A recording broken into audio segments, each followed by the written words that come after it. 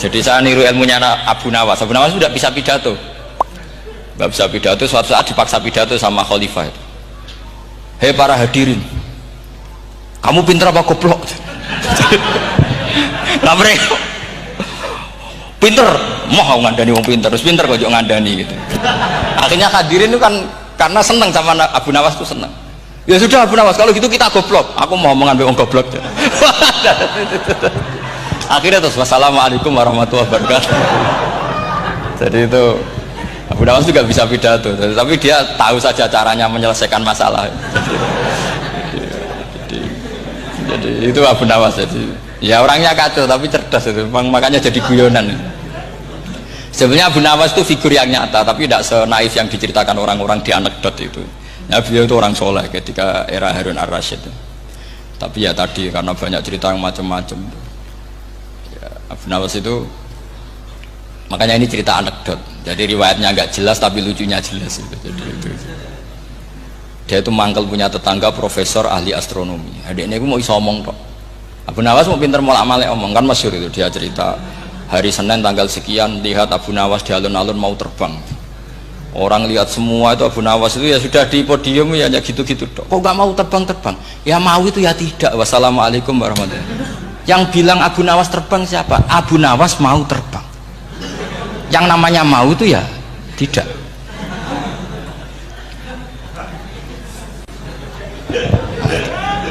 Pernah dia itu lomba sama Harun ar-Rasyid. Siapa paling banyak pengunjung rumahnya di alun-alun? Harun ar-Rasyid bikin khemah, dia bikin khemah. Tentu cerita ini bohong, yakini ini bohong. Makanya ini bohong tenang. Makanya ini anekdot, hanya guyonan. Harun ar-Rasyid karena dia raja itu ada apel, ada makanan macam-macam. Ya tentu pengunjungnya banyak. Batas akhir itu penilaian jam 12 malam. Abu Nawas tenang, satu pun nggak ada pengunjung, nggak ada makanan, nggak ada apa. Pas jam 12 rumahnya dia, kemahnya dibakar. Orang ke dia semua. Dit menang dia karena jumlahnya. Bahkan Harun ar-Rasyid itu datang ke kemahnya dia. Karena lombanya kan pengumpulan massa terbanyak tit jam 12.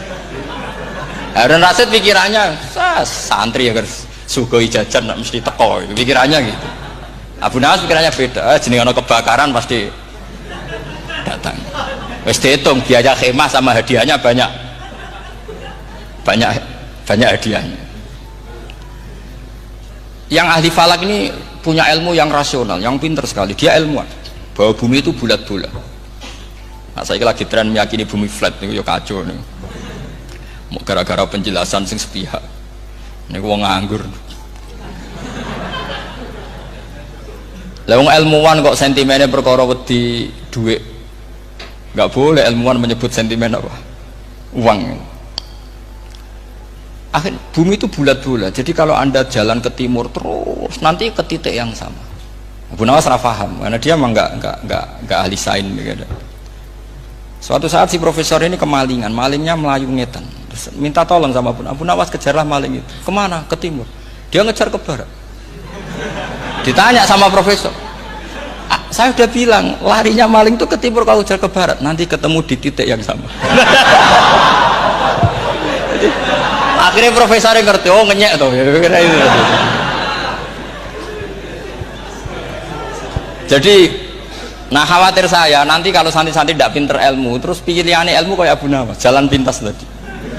Karena belajar falak jelimet, belajar faraid apa jelimet, ada aul, ada roh, terus semua ada masalah yang ruwet-ruwet, terus akhirnya mau olah bicara. Ini musibah, inna lillahi wa inna ilaihi raji'un. Itu tidak boleh. Quran tidak mengajarkan itu. Quran tetap mengajarkan ilmu meskipun ada nilai seninya. Ya tadi nilai seni tadi, misalnya Allah mencontohkan daraba wa masalah rajulan fihi syuraka.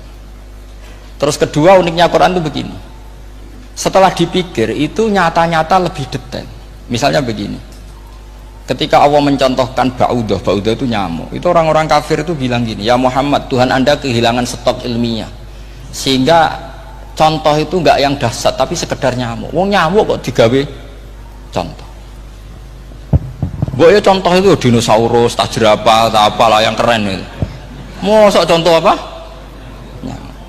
Terus Allah menjelaskan innallaha la yastahi ayyadriba apa? Mathalam ma. Contoh apa saja? Apa saja itu ditafsiri ba'udatan fama fawqaha, entah itu nyamuk, fama fawqaha, atau yang di atasnya nyamuk, maksudnya di atasnya itu fil killah atau fisihor, atau yang di atas nyamuk, yang lebih kecil ketimbang nyamuk. Sekarang saya contohkan kata Rasulullah, contoh yang kecil saja, nggak usah bikin nyawa, nggak usah, itu terlalu mustahil. Seorang pemahat patung, terus kamu pesen, Pak aku gak eno patung gajah, mesti muni sanggup. Tak muni, Pak gak eno patung gajah, ukurannya ya semestinya gajah, oke. Tapi Pak aku gak eno patung nyamuk, ukurannya ya sak nyamuk, kira-kira sanggup apa enggak? Artinya ketika Allah gawe nyamuk itu lebih sulit ketimbang gawe gajah, apa lebih mudah? Lebih sulit, karena nyamuk yang sudah kecil dia punya alat kelamin, terus seberapa juga alat kelaminnya juga tetap harus ada lubangnya, terus seberapa? Temen saya malah ada yang cangkem elek bilang gini, lalu ya punya kumannya seberapa? Nah ini pentingnya ngaji akal. Kamu jangan hanya bilang wow dinosaurus, jerapah, seru nyamuk. Nah karena orang sudah ada itibar dengan nyamuk, didatangkanlah nyamuk banyak. Sebenarnya nyamuk banyak itu mergo mangkel, gak diperhatikan itu. Terus. Lah ini saya tahadus binemat, istri saya itu sering protes. Istri saya kalau manggil saya Gus karena orang Jawa Timur, itu sama-sama jagongan itu, saya itu tidak pati sering digigit nyamuk, ya digigit tidak sesering sampean, itu jelas. Terus saya tanya, Gus punya doa apa, kenapa tidak pati begitu digigit nyamuk? Saya bilang karena saya sudah tahu hikmahnya nyamuk, jadi harusnya dia sudah tidak nyerang saya, kata saya gitu. Makanya ini ijazah, agak mandi salah sampean gitu. Karena tadi logika yang terbangun gitu, kalau Allah bikin gajah, melubangi belalai gajah itu masih masuk akal, bahkan saat kita bikin patung masih bisa. Tapi kata tadi nyamuk itu sudah kecil, harus punya usus, harus punya alat kelamin, harus punya telur, telurnya juga detail lagi. Ini disebut inna woha la yastahyi ayyadriba mathalam ma ba'udah. Sehingga ba'udah di mata ahli tafsir, di mata ulama ini contoh yang luar biasa. Tapi di mata orang-orang yang nggak seneng mikir, kok terima nyamuk itu. Makanya saya minta kangkang di sini bisa makan itu harus syukur. Makan itu luar biasa. Saya itu sering nyontohkan di Jogja. Saya punya temen sakit, kalau nggak ada obat dari Belanda itu mati. Kalau ini nggak dapat obat bagus dari Belanda atau dari Jerman itu meninggal. Berapa bulan lagi matinya? 3 bulan. Kalau nggak sampai dapat obat mati 3 bulan. Oh masih mandi obat yang di Jogja, apa itu makan atau minum? Kalau orang tidak minum tidak sampai 3 bulan sudah mati. Boy orang itu mikir seperti itu. Tapi kita ini kalau obat dari Jerman, dari Belanda itu hebat. Kalau enggak kita mati sebulan lagi, 3 bulan lagi.